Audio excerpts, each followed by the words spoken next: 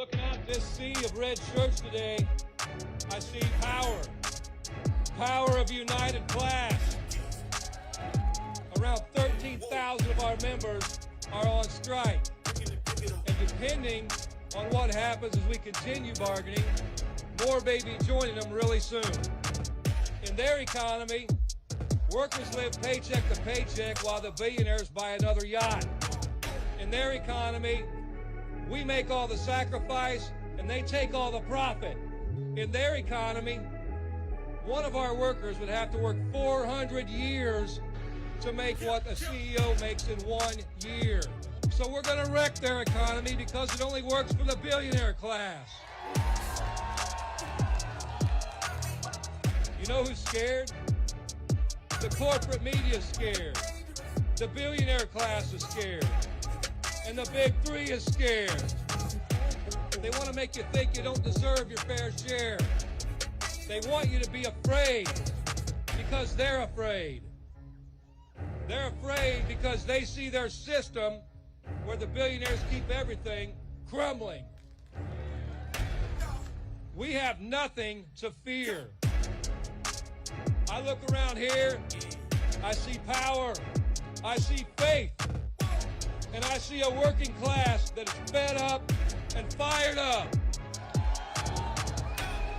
I see working class people from all walks of life standing together. You all know what we need to do, and now the whole world knows what we need to do. When they tell us to sit down, we stand up.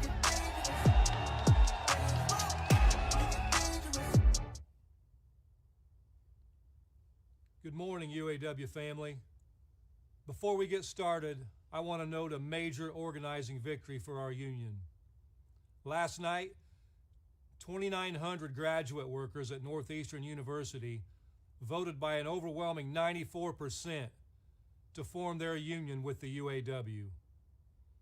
Congratulations first and foremost to these workers who have fought a multi-year effort against intense employer opposition to win their union. And also to Regional Director Brandon Mancia and Lead Organizer Josh Gilbert for their great work on this effort. In Region 1, 400 workers at Lear, the auto parts supplier, just joined Local 155. President William Verdier and Recording Secretary Sylvanus Thomas worked hard to help bring these workers into our union. From auto to higher ed and everywhere in between, our union is organizing, growing, and building our power. It's not just new organizing, it's on the picket line too. Our 1,400 UAW members at Blue Cross Blue Shield of Michigan just marked a week on strike. For years, the insurer has been outsourcing their work. Our UAW family at Blue Cross Blue Shield was once 5,000 strong. Today it's shrunk down to just 1,400. And the workers that are left are stuck in a tiered system where it takes 22 years to get to top pay. Our members have said enough is enough, and they are being strongly supported by Secretary-Treasurer Margaret Mock, Region 1A Director LaShawn English, and Region 1D Director Steve Dawes. They are all working together to raise awareness and build public support for this critical fight. Just yesterday, members of Local 259 in Region 9A struck for 1 day after their employer, an Infiniti dealership on Long Island, refused to come to the bargaining table. Management was suddenly quick to move, and they have set new dates for the negotiations.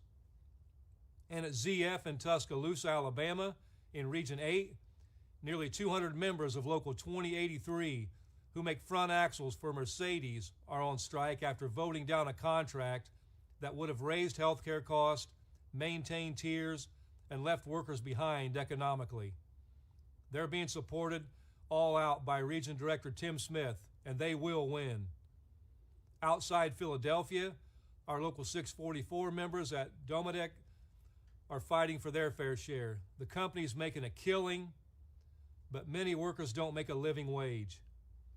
Region 9 Director Dan Vicente, who comes out of Domodek, has their back. And some of you may know Dan was hospitalized after suffering sudden and severe complications from COVID. But the day he was discharged, he recorded a message of support for his Dometic family. Nothing can keep Dan or our union down. Not far away in Dayton, New Jersey, our local 2326 members at West Rock Packaging are standing strong in their strike.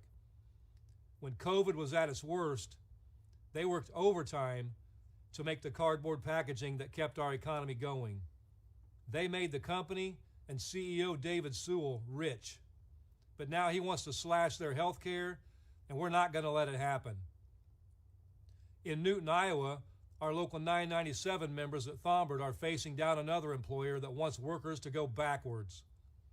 Thombert refused to start bargaining until 1 week before our contract expired. Sound familiar? Then the company insisted on cuts to accident and sickness benefits. Our workers aren't having it, and Region 4 Director Brandon Campbell is giving them the support that they need. In just over a week, the contract for 3,500 workers at Mack Truck in Pennsylvania, Maryland, and Florida is going to expire. Our union family at Mack are fighting back against attacks on our health care, a 6-year progression to top rate, frozen cost of living allowance, and tiers that have left new hires without retirement security. The stand-up strike movement is not just about the big three. Everywhere, UAW members in the working class are ready to stand up against corporate greed and stand up for our communities. Finally, I want to lift up our members who have been holding a line at the big three for the past week. Local 2250, Region 4 in Wentzville, Missouri at GM, Local 12, Region 2B in Toledo, Ohio at Stellantis, and Local 900, Region 1A at Michigan Assembly in Wayne, Michigan. They have shown us leadership, courage, and creativity on the picket line. You might have seen some of the videos of music being played on the picket lines or the long lines of Jeeps and Broncos in organized caravans. We salute them, and all I can say is reinforcements are coming. As we've said for weeks, we're not going to wait around forever for a fair contract at the big three. The companies know how to make this right. The public is on our side, and the members of the UAW are ready to stand up. Obviously, we're doing things differently this time around. Our stand-up strike strategy is designed to do one thing: win record contracts after years of record profits. We're focused on moving the companies at the bargaining table. That means maintaining our flexibility and our leverage to escalate as we need to. We can and will go all out if our national leadership decides the companies aren't willing to move. Right now, we think we can get there. Stellantis and GM in particular are going to need some serious pushing. Obviously, going on strike isn't something we take lightly, and it's not something we do without a clear strategy to win. So let's talk about our strategy at the big three and what's happening in negotiations. As you know, we gave our members' demands to the company 2 months ago. They wasted over a month failing to respond. And there has been some movement. In particularly, this last week, we've made some real progress at Ford. We're not there yet, but I want you to see the direction that Ford is going and what we think that means for our contract fight. So at Ford, the Rawsonville Components and Sterling Axle employees will now be on the same wage scale as assembly workers. We have eliminated that entire wage tier. We've also officially reinstated the cost of living allowance that was suspended in 2009. UAW family, that's important because many people said this couldn't be done, and we just did it. We've also won, for the first time in our history, the right to strike over plant closures during the life of our agreement. I don't have to tell you that this is an important victory in our fight to save our jobs, keep families together, and keep our communities from being gutted. Also at Ford, we've won additional job security for our members in the event of layoff. If that happens, our members, including temporary workers, will now receive income security for up to 2 years with health care. We have moved Ford off of their concessionary formula to cut profit sharing and instead want an enhanced profit sharing formula that would have resulted in a 13.3% increase for average employee in payouts last year. We've won the immediate conversion of all current temps, and all temps will have profit sharing after 90 days service at Ford. And there are no concessions on the table. All that represents serious movement on tiers, on cost of living, on pay, and on job security. But to be clear, we're not done at Ford. We still have serious issues to work through, but we do want to recognize that Ford is showing that they're serious about reaching a deal. At GM and Stellantis, it's a different story. We have won a serious victory at CCA and GMCH, and we have killed those wage tiers. Those workers will now be on the same wage scale as assembly workers. Their first offer was a 0% raise for those workers. But without cost of living allowance, without strong job security, those gains aren't protected. Both companies are still offering a deficient cost of living allowance that is projected to provide 0 increases over the next 4 years. Both of those companies have rejected all of our job security proposals. Both GM and Stellantis have rejected our profit-sharing proposals. And both companies have rejected our proposals to convert temps. So today, at noon Eastern Time, all of the parts distribution facilities at General Motors and Stellantis are being called to stand up and strike. We will be striking 38 locations across 20 states, across all 9 regions of the UAW. At General Motors, we call on the CCAs at Pontiac, Willow Run, Ypsilanti, Davison Road, Flint, Lansing, Cincinnati, Denver, Hudson, Wisconsin, Chicago, Reno, Rancho Cucamonga, Fort Worth, Martinsburg, Jackson, Charlotte, Memphis, and Philadelphia to stand up and go on strike.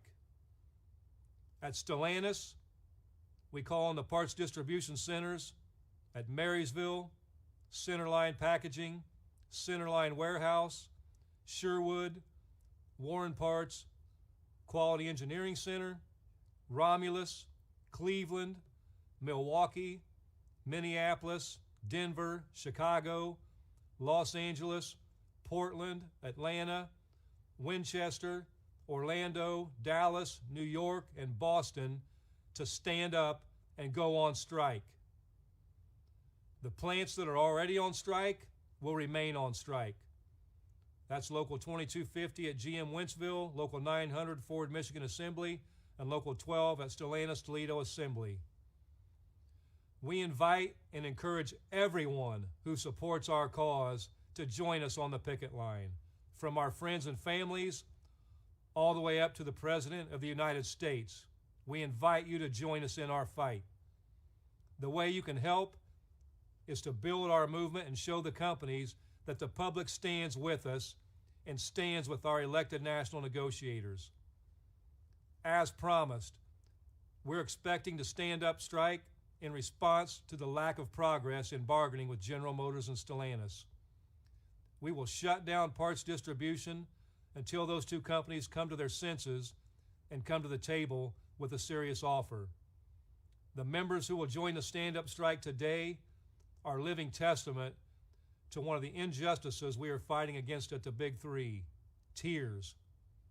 At Stellantis and GM, under the current Mopar and CCA structures, workers at parts distribution centers are permanently stuck on a lower wage scale. For workers hired after 2015, top pay maxes out at just $25 an hour, and it takes 8 years to get there. GM has offered to bring those workers into an assembly wage scale, but without cost of living and job security like we've won at Ford, those members are still at serious risk.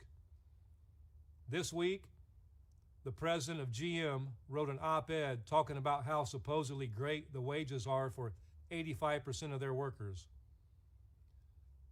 We fight for 100% of our members, and we are committed to ending tiers across the board. That's just one of our core issues that we're still fighting for as we continue our stand-up strike. So at noon Eastern today, all parts distribution centers at General Motors and Stellantis will be on strike. This will impact these two companies' repairs operations, and our message to the consumer is simple. The way to fix the frustrating customer experience is for the companies to end price gouging. Invest these record profits into stable jobs and sustainable wages and benefits. It's that simple. This expansion will also take our fight nationwide. We will be everywhere from California to Massachusetts, from Oregon to Florida. And we will keep going, keep organizing, and keep expanding the stand-up strike as necessary. Across the country, people are going to know that the UAW is ready to stand up for our communities and ready to stand up against corporate greed. And I know more of you are ready to walk. I've seen incredible strike-ready demonstrations across the country. Local 551 and Local 862, we see you. Spring Hill, I know you're ready to go. And Kokomo, stand ready. Stick with us and be prepared. I've also heard of the members standing strong on the job. Remember, it's your right to refuse voluntary overtime. Under an expired contract, management has fewer rights to make unilateral changes. If you see something being changed in your workplace without bargaining, please head to uaw.org/standup and report it. You are our eyes and ears. Our greatest protection we have is each other, and we won't let the big three break the law. Finally, I want to remind all of you of one thing. The world is watching, and the people are on our side.